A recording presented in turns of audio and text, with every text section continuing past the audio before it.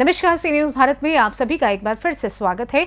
UP bulletin में शुरुआत करेंगे फर्रुखाबाद से, जहां पेट्रोल पंप पर काटे गए 22 दो पहिया वाहनों के चालान। देखिए पूरा मामला विस्तार से। फर्रुखाबाद में जिलाधिकारी आशुतोष कुमार द्विवेदी के निर्देशानुसार क्षेत्राधिकारी यातायात CO city Aishwarya Upadhyay, RTO Vijendra Chaudhary, ARTO प्रवर्तन सुभाष राजपूत और थाना अध्यक्ष फतेहगढ़ की टीम द्वारा नगर के पेट्रोल पंप पर औचक जांच की गई और बिना हेलमेट पेट्रोल लेने वाले 22 दो पहिया वाहन चालकों के चालान किए गए और उन पर 1,84,000 तक का जुर्माना लगाया गया। कार्रवाई के दौरान जिला पूर्ति कार्यालय का स्टाफ भी मौजूद रहा। वहीं आरटीओ प्रवर्तन सुभाष राजपूत ने बताया कि जनपद में हमने हेलमेट के प्रति जागरूकता उत्पन्न करने के लिए कैमरा अभियान शुरू किया था। हमारे द्वारा चलती गाड़ी का कैमरे से फोटो लिया जाता था और हमारे द्वारा चालान कर दिया जाता था। अब से डेवलप होव के माध्यम से ही और समस्त कार्यालय के माध्यम से भी लागू करके पूरी तैयारी कर जागरूकता फैलाई जा रही है। पेट्रोल पंप पर भी चालान किए जा रहे हैं। बता दें कि अभी तक हमारे द्वारा एक महीने में लगभग 350 से 400 चालान किए गए हैं और मोटरसाइकिल व अन्य चालानों के माध्यम से लगभग हमारे द्वारा 18 लाख से 20 लाख रुपए महीने का काम किया जाता है। और जब से हम यहाँ 3 साल से हैं, तब से हमारे द्वारा चलती गाड़ी के फोटो लेते हैं और चालान कर देते हैं। इस मौके पर जिलाधिकारी आशुतोष कुमार द्विवेदी, आरटीओ प्रवर्तन सुभाष राजपूत, आरटीओ विजेंद्र चौधरी, जिला पूर्ति अधिकारी सुरेंद्र सिंह यादव और सीओ सिटी ऐश्वर्या उपाध्याय उपस्थित रहे।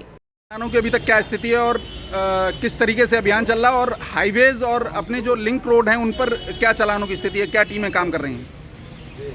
जनपद में हमने हेलमेट के प्रति जागरूकता उत्पन्न करने के लिए हमने कैमरा चलान का सिस्टम लागू किया है, जिसमें हमारे द्वारा वाहन चलते चलते गाड़ी का फ़ोटो ले लिया जाता है और उसको फिर हमारे द्वारा चालान कर दिया जाता है। और अब इसको पेट्रोल पंप के माध्यम से भी और समस्त कार्यालयों के माध्यम से भी लागू करने की पूरी तैयारी है। पेट्रोल पंप पे हमारे द्वारा जागरूकता फैलाई जा रही है। पेट्रोल पंप पे जाकर भी चालान किए जा रहे हैं। पिछले एक महीने में हमने कितने चालान किए हैं, कितना राजस्व हमने सरकार के खजाने में जमा किया? हमारे द्वारा प्रत्येक माह लगभग 350 से 400 चालान किए जाते हैं नियमित रूप से, और मोटरसाइकिलों के चालान से और अन्य चालानों के माध्यम से लगभग हमारा 18 से 20 लाख रुपए महीना हम प्राप्त करते हैं। कैमरा चालान ये कब से आपने अभियान शुरू किया? कैमरा चालान ये जब से मैं 3 साल से यहाँ पर हूँ, हमारे द्वारा वाहन चलती चलती गाड़ी का फ़ोटो लिया जाता है, फिर उसका चालान अपलोड किया जाता है। ठीक है। चालान में जैसे हेलमेट ही शामिल है या सीट बेल्ट भी किया आपने? हेलमेट, सीट बेल्ट सभी के चालान किए जाते हैं। आज एक अभियान चलाया गया, क्या अभियान है और अभी तक इसमें क्या उपलब्धि मिली है? देखिए, गवर्नमेंट के द्वारा 26 जनवरी से नो हेलमेट नो फ्यूल वाली पॉलिसी चालू की गई है। इसमें अभियान के अंतर्गत जो भी यहाँ पे पेट्रोल डीजल लेने आएगा पेट्रोल पंप्स में, वो हेलमेट नहीं लगाएगा या फिर और नियमों का पालन नहीं करेगा, उसके विरुद्ध चालान भी किया जाएगा, कार्रवाई भी की जाएगी और साथ में उसको कोई भी फ्यूल किसी भी पेट्रोल पंप से नहीं मिलेगा। हमारा इसका उद्देश्य यही है कि लोगों में अपनी सेफ्टी को लेकर के एक जागरूकता है और ट्रैफिक नियमों का पालन है। फर्रुखाबाद लगभग 80% इन नियमों को नहीं मान रहा था अभी तक। अब इन पर क्या होगा और किस तरीके से कार्रवाई और कितने अभियान चलेंगे? देखिए, इसमें अभियान हमारा यही मोटिव है कि जितने भी अभियान जल्दी जल्दी हम लोग चला सकें, हफ्ते में 2-3 दिन कम से कम नियुक्त कर लिए जाएंगे, जिसमें ये अभियान हर पेट्रोल पंप में चलाया जाएगा। और लोगों में अगर ये है कि 80% तक नहीं पहन रहे तो उसको हम लोग 100% तक लागू करने की कोशिश करेंगे। पेट्रोल पंप कितना सहयोग कर रहे हैं मैम?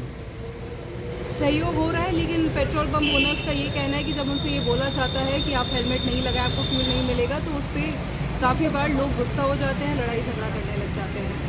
तो इसके लिए हमने इनको आदेश दिया है कि आप उन लोगों की फ़ोटो खींच लें और हमें उससे संपर्क करें ताकि हम उनके खिलाफ कार्रवाई करें। कोई भी पेट्रोल पंप सीसीटीवी से पूरी तरह लैस नहीं है। अपनी सुरक्षा तो करते हैं, पर यात्रियों की सुरक्षा के लिए इनके पास कोई साधन नहीं है। और उसके साथ में जितने भी बिना हेलमेट के लोग निकल जाते हैं और ये लोग बोतल में भी तेल दे देते हैं, तो इस पर भी कुछ कार्रवाई होगी? अगर ये हमारे संज्ञान में आता है कि ऐसा कुछ कहीं हो रहा है तो इसके खिलाफ जरूर कार्रवाई की जाएगी 100%। फर्रुखाबाद से सी न्यूज संवाददाता आदेश की रिपोर्ट। रुक करेंगे गाजीपुर की ओर, जहां महाकुंभ पर अपमर्यादित टिप्पणी करने के मामले में एक बार फिर सांसद अफजाल अंसारी पर एफआईआर दर्ज की गई। देखिए पूरा मामला विस्तार से। गाजीपुर में सनातन धर्म पर विवादित भाषणों को लेकर हमेशा चर्चा में रहने वाले सांसद अफजल अंसारी पर एक बार फिर धार्मिक भावनाओं को आहत करने के मामले में 13 फरवरी की रात में शादियाबाद थाने में मुकदमा दर्ज हो गया है, जिला सहकारी बैंक के पूर्व चेयरमैन देव प्रकाश सिंह पुत्र स्वर्गीय नंदलाल सिंह निवासी बधुपुर थाना बिरनो ने शादियाबाद थाने में रिपोर्ट दर्ज कराई है कि 12 फरवरी को शादियाबाद चौराहे पर गुरु रविदास महाराज जनसेवा संस्थान ट्रस्ट शादियाबाद के तत्वाधान में रविदास का जन्मोत्सव मनाया जा रहा था। इस कार्यक्रम के मुख्य अतिथि सांसद अफजल अंसारी थे। उन्होंने अपने भाषण के दौरान महाकुंभ को लेकर अमर्यादित टिप्पणी की है, जिससे मेरी व सनातन हिंदू धर्म को मानने वाले लोगों की धार्मिक भावनाएं आहत हुई हैं। वहीं शादियाबाद पुलिस ने इस मामले की रिपोर्ट बीएनएस की धारा 299, 253(2) में सांसद अफजल अंसारी के खिलाफ मुकदमा दर्ज किया है। श्रद्धा का ये पर्व मान्यता है कि संगम तट पे नहा करके व्यक्ति पवित्र हो जाएगा, पाप धुल जाएगा। अगर पाप धुल जाएगा तो इसका मतलब आगे वैकुंठ में जाने का रास्ता खुल जाएगा। तो जो आलम दिखाई दे रहा है उससे तो लग रहा है कि नर्क में तो कोई बचे ही नहीं और उधर हाउसफुल हो जाएगा। ट्रेनों का हाल ये है, तोड़ रहे हैं शीशा, अंदर औरतें कांप रही हैं, बच्चों को गोद में छुपाए हैं, रो रही हैं, बिलख रही हैं। आपके हमारे घर के बच्चे हाथों में ईंटा लेकर के ट्रेन तोड़ रहे हैं, उसके शीशे तोड़ रहे हैं, उसमें घुस रहे हैं। न पुलिस वाले भी असहाय, टीटी साहब, टीसी साहब भी कहीं वर्दी उतार के अपनी काली कोट वाली झोले में रख दिए कि कहीं हमारी भी पिटाई न हो, और कोई भी खड़ा करके टोकने वाला नहीं है। क्या कर रहे हैं? ऐसी स्थिति क्यों पैदा हो रही है? और मैंने अपनी आंख से देखा, सैकड़ों हजारों की तादाद जो थी वो सब 15-16 साल से लेकर के 20 साल 22 साल, सब नौजवान लड़के। और इस तरह का दीवानगी का आलम, ठीक है कठिनाई हो रही है व्यवस्था में, तो इतनी ज्यादा संख्या हो गई है कि इन लोग अनुमान नहीं लगा पाए, और जो चले गए हैं उनको वापस नहीं पहुंचाया जा पाया। अफरा तफरी का माहौल है, गाड़ियों का रोड पर चलना दूभर हो गया। वहां का आलम तो ये है कि आपने सुनाई कचला के मर गए कितने लोग, उसकी सही गिनती आज तक पता नहीं चल सकी। जो लोग वहां से गए लौट के आए हैं वो बता रहे हैं कि अरे भैया गिनना मन का नार भर इतना आदमी मर गए। अब सरकार गिन के बता रही कि 25-30 आदमी, तो बड़ी विचित्र स्थिति में है। ये विशाल देश है, दुनिया का सबसे विशाल, आबादी के एतबार से जनसंख्या में पराजित कर दिया। अब कई जना सोचे भूलिया कि मुद्रा में पराजित कर दिया ना। ऐसे तो हम अपने आप को कहते हैं कि हम विश्व के गुरु हो चुके हैं, हम विश्व गुरु हैं, हमने दुनिया में डंका बजा दिया। लेकिन हम ये थोड़ी बताते हैं कि हमारे देश भारत के पासपोर्ट की वैल्यू दुनिया में 85 नंबर पर आ गई, 85वीं 85 नंबर पर दुनिया में। हम ये नहीं बताते हम विश्व गुरु हैं, लेकिन हमारे देश के मुद्रा की कीमत डॉलर के मुकाबले 88 रुपए पे आ गई। हम विश्व गुरु हैं, डंका बज रहा है दुनिया में हमारा, लेकिन हमारे नागरिकों को अमेरिका, और वो भी ट्रंप साहब जब हो गए वहां के राष्ट्रपति, जो हमारे दोस्त हैं, वो जीतते हैं तो हम कीर्तन गाते हैं, हम उत्सव मनाते हैं, हम यज्ञ कराते हैं, और हमारे नागरिकों को पैरों में बेड़ी, हाथों में हथकड़ी और कमर में रस्सी डाल के भेज दिया। हम विश्व गुरु हैं। समस्या के समाधान के सवाल पर मत पूछना, देश पर कर्ज का बोझ 200 करोड़ रुपए से ज्यादा हो गया। प्रधान जी अगर पूछल जाओ कि अच्छा कर्ज लिया बा तो भराई ना, तय भैया किस्तिया भरत हुआ तो ना किस्तिया भरे भर तो जुगाड़ नहीं थे बन पावा, तो बेजवा तो भर दो भैया कहा। इतना कुल टैक्स वसूलने का बाद हमारे पास क्षमता नहीं है कि जो कर्ज हम ले चुके हैं देश के लिए वो कर्जा का हम ब्याज भर दें। अच्छा भैया तो ब्याजो ना भर पैबा, कर्जों का किस्तिया ना भर पैबा तो देशवा का क्या हुई। तो एगो तरकीब सोचले बड़ी, क्या सोचले बड़ा, हीरो और कर्जा ले अब ब्याज भरब लेकिन कर्जा लेके भरब। अब बताओ जितना कर्जा बा वो कर्जवा का किस्त ना दिया, वो कर्जवा का जो ब्याज बा वो ब्याजवा ना दिया, और ब्याजवा में से कुछ देवे खातिर फिर कर्जा ले अब तब ब्याजवा दे। बताओ कहाँ जाते हैं हम, कहाँ जा रहे हैं। और कमाई क्या है, दुनिया में डंका मेरा बज रहा है। आज आवश्यकता इस बात की है हर काम सरकार नहीं करेगी। ये भूल जाइए आप कि सरकार आप अपने बच्चों को जो पढ़ा रहे हैं, पहलवा माई बाप भेजन सो स्कूल की जा करके पढ़ ले तो कुछ तो बन जेबे, अभी भुला जा। अब नौकरी नहीं मिलनी है तो नौकरी वाली शिक्षा ना तो कम से कम रोजी रोजगार चलावे वाला तो शिक्षा मिलो। और कौनो दुनिया का रोजी रोजगार के चलावे के होई तो अपना चरित्र उत्तम बनाना हो, अपना कैरेक्टर का विकास करो। कुछ भी करोगे, गुरु जी क्या करते हो, कारखाना चलाते हो, गुरु जी क्या कर रहे थे बोलिए। समाज को दिशा देगा, दुनिया को दिशा देगा। एक विचारधारा थी, एक आदर्श कैरेक्टर था, और उस आदर्श कैरेक्टर का वो सत्य था जिसने पाखंडियों को परा। गाजीपुर से सी न्यूज संवाददाता हसन की रिपोर्ट। बात झांसी की करेंगे, जहां दबंगई की हद पार कर सरकारी कार्य में बाधा डालने से नहीं चूक रहे दबंग।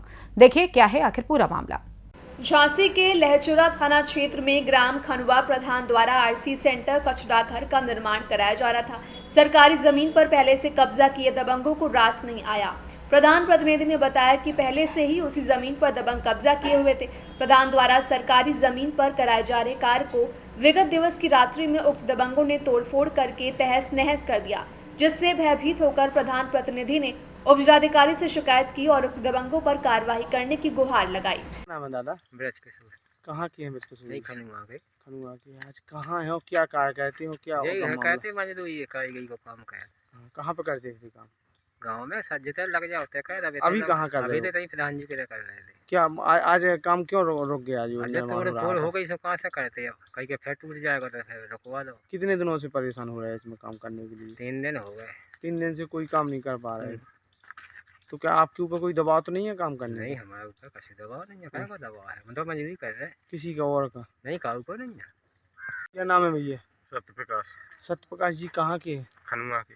क्या कार्य करते हो, कहाँ है, क्या मामला हो गया? ये मामला ये हो गया कि जी ग्राम प्रधान ने ये बनवाई है, ये आरसी सेंटर कूड़ादान। तो हम लोगों ने काम किया, तो पता नहीं रात में कोई आया तो ये तोड़ फोड़ करके चला गया। आप लोगों ने कार्य किया था? हाँ। तो मतलब कोई कार्य करने के पहले कोई अधिकारी आए थे? हाँ, आए थे जगह चिन्हित करने के लिए। हाँ, तहसीलदार आए थे, नेकपाल साहब आए थे। तो आप लोगों ने आज काम क्यों नहीं लगाया यहाँ पर निर्माण? ये आप टूट गया तो फिर से प्रधान जी से बोला तो प्रधान जी ने कार्रवाई फिर से की। क्या नाम है आपका, कहाँ के हो, कौन है? मेरा नाम राहुल सिंह पटेल है, ग्राम प्रधान प्रतिनिधि है। हमारी माता जी प्रधान है, खनुआ के रहने वाले हैं। क्या घटना हो गई है राहुल जी? हम लोग गांव के ग्राम में कचरा सेंटर आरसी सेंटर बनवाना चाहते थे, जो सरकारी तौर पर आया था। तो वहाँ पे गांव के संतराम के लड़के इंद्रपाल और चंचल पुत्र छत्रपाल अहरवार और उमाकांत पुत्र गजेंद्र अहरवार गांव के लोग जो कब्जा किए हुए हैं, वो गांव के उक्त लोग भी कब्जा किए हुए हैं। हमने एसडीएम साहब महोदय को कल प्रार्थना पत्र दिया, तो वहाँ पे कल गड्ढे किए गए थे, पूर दिए। आज पिलर भी भरे तो वो भी पूर दिए गए।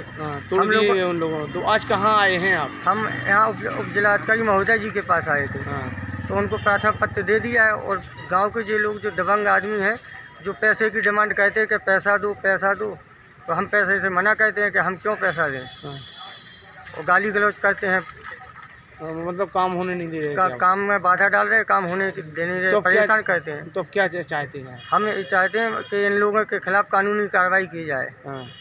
निर्माण कार्य में कोई बाधा उत्पन्न हो, निर्माण कार्य सुचारू रूप से चलता रहे। झांसी से सी न्यूज संवाददाता संतोष श्रीवास की रिपोर्ट। रुक करेंगे संभल की ओर, जहां शब बारात का पर्व विशेष इबादत के साथ अल्लाह के गुनाहों की माफी मांगते हुए मनाया गया। देखिए, शब बारात का पर्व विशेष इबादत के साथ अल्लाह से गुनाहों की माफ़ी मांगते हुए अकीदत के साथ मनाया गया। घरों में तरह तरह के हलवे बनाए गए, जिन पर नज़र दिलाई गई। मस्जिदों, घरों और इमाम बारगाहों को सजाकर विशेष चरागाह किया गया। इसी के साथ कब्रिस्तानों में जाकर लोगों ने अपने मरहुमीन की कब्रों पर खुदा से उनकी मगफिरत की दुआ के साथ फातिहा पढ़ा। कब्रों पर फूल चढ़ाकर चरागाह भी किया गया। उलेमाओं ने शब बारात की फजीलत बताते हुए कहा कि शब बारात की रात विशेष इबादत की रात है। इसी रात में मांगी गई दुआएं रब की बारगाह में जल्दी कबूल होती हैं, इसलिए इस रात को अपने गुनाहों से माफ़ी की दुआ मांगी जाती है। संभल से सी न्यूज संवाददाता इसरार आलम सैफी की रिपोर्ट। ले चलेंगे सहारनपुर, जहां पुलिस और गौ तस्करों के बीच हुई मुठभेड़। पुलिस की गोली से एक गौ तस्कर घायल हो गया है, वहीं 2 अन्य साथी फरार हो गए हैं। देखिए पूरा मामला क्या है। सहारनपुर थाना बिहारीगढ़ पुलिस द्वारा सुंदरपुर जसमौर मार्ग पर चेकिंग कर रहे थे, तभी मुखबिर की सूचना प्राप्त हुई कि कुछ लोग डेयरी फार्म के पास जंगल की ओर गौकशी करने के लिए गौवंश को लेकर जा रहे हैं। जैसे ही पुलिस टीम गौवंश के नजदीक पहुंची तो गौकशी करने आए व्यक्तियों ने अचानक से पुलिस टीम पर जान से मारने की नीयत से फायरिंग कर भागने का प्रयास करने लगे। पुलिस टीम द्वारा की गई आत्मघात जवाबी फायरिंग में एक बदमाश के बाएं पैर में गोली लगने से वो घायल हो गया। उसके 2 अन्य साथी जंगल का फायदा उठाकर मौके से फरार हो गए। फरार बदमाशों की तलाश हेतु लगातार कॉम्बिंग की जा रही है। वहीं एसपी देहात सागर जैन ने वार्ता में बताया कि घायल बदमाश की पहचान वासिफ अली पुत्र नसीम निवासी खेड़ी शिकोहपुर थाना भगवानपुर उत्तराखंड में हुई है। घायल बदमाश को इलाज हेतु अस्पताल में भर्ती कराया गया है। गिरफ्तार अभियुक्त के कब्जे से एक जिंदा गौवंश, एक तमंचा 315 बोर, 2 खोखा, एक जिंदा कारतूस 315 बोर एवं गौकशी करने के उपकरण बरामद हुए। वहीं गिरफ्तार बदमाश गौकशी के मुकदमे में वांछित चल रहा था। अन्य आवश्यक विधिक कार्रवाई की जा रही है। जी, बीती रात थाना बिहारीगढ़ में जब पुलिस पार्टी सुंदरपुर और जसमौर मार्ग पर चेकिंग कर रही थी, तभी मुखबिर द्वारा सूचना मिलती है कि 3 व्यक्ति जो हैं एक गोवंश को ले जा रहे हैं और गोकशी करने के इरादे थे। इस सूचना पर थाना बिहारीगढ़ पुलिस की टीम जो है वहाँ पर एक डेयरी फार्म है, उसके पास कच्चे रास्ते पर जाती है और जैसे ही उन्होंने पुलिस पार्टी को देखते हैं तो उन्होंने पुलिस पार्टी पर जान से मारने की नियत से फायरिंग करी, जिसके बाद आत्मरक्षार्थ जवाबी फायरिंग में एक बदमाश के बाएं पैर में गोली लगी है तथा 2 लोग जो हैं वो जंगल का फायदा उठाकर वहां से भाग निकले हैं। जो घायल बदमाश है वो वासिफ अली उसका नाम है और वो जिला हरिद्वार का रहने वाला है। ये जो 5/6 की रात्रि में थाना बिहारीगढ़ के कस्बे के पास एक गोकशी हुई थी, उस घटना का ये वांछित अभियुक्त है। इसने अपने 2 साथियों के नाम भी बताए हैं। इसका जब आपराधिक इतिहास देखा गया तो वर्ष 2023 और वर्ष 2024 में इसके ऊपर जो है उत्तराखंड राज्य के जिला हरिद्वार के 2 थानों पर गोकशी के मुकदमे भी पंजीकृत हुए हैं और इस घायल बदमाश के प्राथमिक उपचार के लिए इसे अस्पताल रेफर कराया गया है तथा अन्य साथियों की तलाश हेतु कॉम्बिंग की गई है। शीघ्र ही उनकी भी गिरफ्तारी कर अग्रिम कार्रवाई की जाएगी और जिंदा गोवंश और गोकशी करने के उपकरण और अवैध तमंचा इससे बरामद किया है। सहारनपुर से सी न्यूज संवाददाता शाकिर राजपूत की रिपोर्ट। बात उन्नाव की करेंगे, जहां पर महज 6 घंटे में पुलिस ने फर्जी लूटकांड का किया खुलासा। देखिए रिपोर्ट। खबर उन्नाव से है, जहां आज सुबह करीब 10 बजे समीर नाम के पिकअप चालक ने बाइक सवार 3 नकाबपोश बदमाशों द्वारा वाहन पर पथराव कर 1.5 लाख रुपए लूटने की सूचना यूपी 112 पर दी। घटनास्थल सदर थाना क्षेत्र में उन्नाव सफीपुर मार्ग पर सिंगुपुर मोड़ बताया। लूट की वारदात से पुलिस महकमे में हड़कंप मच गया और एसपी दीपक भूकर ने 1.5 लाख की लूट की वारदात होने पर सदर कोतवाली प्रभारी निरीक्षक से कड़ी नाराजगी व्यक्त की। एसपी ने सदर कोतवाली पुलिस व एसओजी को खुलासे में लगाया। एसपी की सख्ती का असर रहा कि महज 6 घंटे में पुलिस ने फर्जी लूटकांड का खुलासा कर दिया। पुलिस ने चालक समीर द्वारा गढ़ी गई कहानी पर शंका हुई तो कुछ ही देर में पुलिस ने समीर को हिरासत में लेकर पूछताछ की और समीर ने फर्जी लूटकांड की कहानी गढ़ने का सच कबूल कर लिया। आरोपी ने बताया कि मोहल्ले के लड़के बाइक से घूमते थे, उसके पास बाइक नहीं थी, उसे लेने के लिए फर्जी लूटकांड की कहानी रचते हुए पुलिस को सूचना दी थी। रेहान कितने पैसे दिए थे और कहाँ जा रहे थे लोग? 1.5 लाख रुपए दिए थे, सफीपुर जा रहे थे माल लेने। कौन सा माल? सफीपुर भैंसी लेने जा रहे थे। पैसे कैसे लिए थे आपने, क्या बताइए? पैसे मतलब हमने दिए थे व्यापारी के पास भेजने के लिए, तो ये वहाँ से आके यहाँ बताने लगे कि पैसा छिन गया हमारा। उनको आपको फ़ोन करके सूचना दी थी? इनके पिताजी ने दी थी हमको सूचना, इन्होंने नहीं दी। आपके द्वारा लूट का खुलासा किया जा रहा है, किस तरह का लूट किए? ये आज कोतवाली थाना क्षेत्र में एक समीर जो कि तालिब सराय का रहने वाले हैं, उनके द्वारा एक सूचना दी गई थी मॉर्निंग में 112 पे कि उनके साथ 1.5 लाख रुपए की लूट जो है वो हो गई है और पिकअप गाड़ी से वो जा रहे थे और ईंट जो है वो उसकी गाड़ी पे पत्थर मार के 3 लोगों के द्वारा ये लूट कारित की गई है। ये सूचना उसके द्वारा दी गई थी। इसमें एसओजी टीम और कोतवाली टीम जो अनावरण के लिए इसमें लगी थी, उसमें अनावरण के दौरान ये पता लगा कि ये जो लूट की सूचना जो है वो फर्जी तरीके से इसके द्वारा दी गई थी और समीर ने ही, जो रिहान जिसने 1.5 लाख रुपए इसको भैंस खरीदने के लिए दिए थे, उसी पैसे को अपने पास रखने के लिए इसने ये सारी फर्जी जो लूट की जो घटना है वो सारा घटनाक्रम इसने फर्जी तरीके से पूरा पुलिस को बताया और इसमें जो इसको पैसे दिए गए थे वो भी बरामद कर लिए गए हैं और इसके द्वारा भी एक्सेप्ट किया गया है कि ये जो घटना है इसने फर्जी तरीके से दिखाई थी और ये इसने एक गाड़ी खरीदने के लिए किया था, क्योंकि मोहल्ले में कुछ मोहल्ले के लड़के गाड़ी लेके घूमते हैं, तो इसने भी ये सोचा कि ये लूट की फर्जी घटना दिखा के उस पैसे से ये गाड़ी खरीदी। उन्नाव से सी न्यूज़ संवाददाता अजय कुमार की रिपोर्ट। फिलहाल के लिए इस खास बुलेटिन में बस इतना ही। देश दुनिया की तमाम बड़ी खबरों को जानने के लिए जुड़े रहिए सी न्यूज़ भारत के साथ। हर खबर आपके साथ, आपके हाथ।